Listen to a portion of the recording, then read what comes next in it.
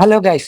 చాలా మంది అడుగుతారు. మూవింగ్ యావరేజ్ చూసి మాత్రమే ట్రేడ్ చేసేవాళ్ళుంటారా? యెస్. మూవింగ్ యావరేజ్ ఒక్కటే చూసి ట్రేడ్ చేసేవాళ్ళుంటారు. వాళ్ళనే ట్రెండ్ ఫాలోయింగ్ ట్రేడర్స్ అంటారు. అయితే వీళ్ళు ఎలా ట్రేడ్ చేస్తారంటే 3 టైప్స్ ఆఫ్ మూవింగ్ యావరేజ్ చేసి ట్రేడ్ చేస్తారు. ఫస్ట్‌ది సింపుల్ మూవింగ్ యావరేజ్, సెకండ్‌ది ఎక్స్‌పోనెన్షియల్ మూవింగ్ యావరేజ్, థర్డ్‌ది weighted moving average. Simple moving average long term ట్రెండ్‌ని అండ్ స్వింగ్ ట్రేడర్స్‌కి యూజ్ అయ్యేలా చేస్తారనమాట.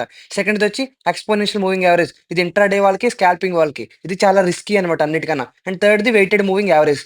అయితే అసలు ఈ మూవింగ్ యావరేజ్ చూసి ఎలా ట్రేడ్ చేసుకోవాలంటే 2 టైప్స్ ఉంటాయన్నమాట. ఫస్ట్‌ది గోల్డెన్ క్రాస్. అయితే గోల్డెన్ క్రాస్ అంటే ఏంటంటే చాలా సింపుల్ అనమాట. 50 SMA line crosses about 200 SMA line. అంటే మీరు చూసినట్టయితే ఈ బ్లూ కలర్ లైన్ ఎప్పుడైతే ఆ 200 ఎస్ఎంఏ లైన్ పైకొస్తదో అక్కడే గోల్డెన్ క్రాస్ ఓవర్ అంటారు. అక్కడే బుల్లిష్ ట్రెండ్ స్టార్ట్ అయింది. సో, ఎంటర్ అయిపోవాలని అర్థం. ఇది చాలా సింపుల్ అండ్ ఈజీ ట్రిక్ అనమాట.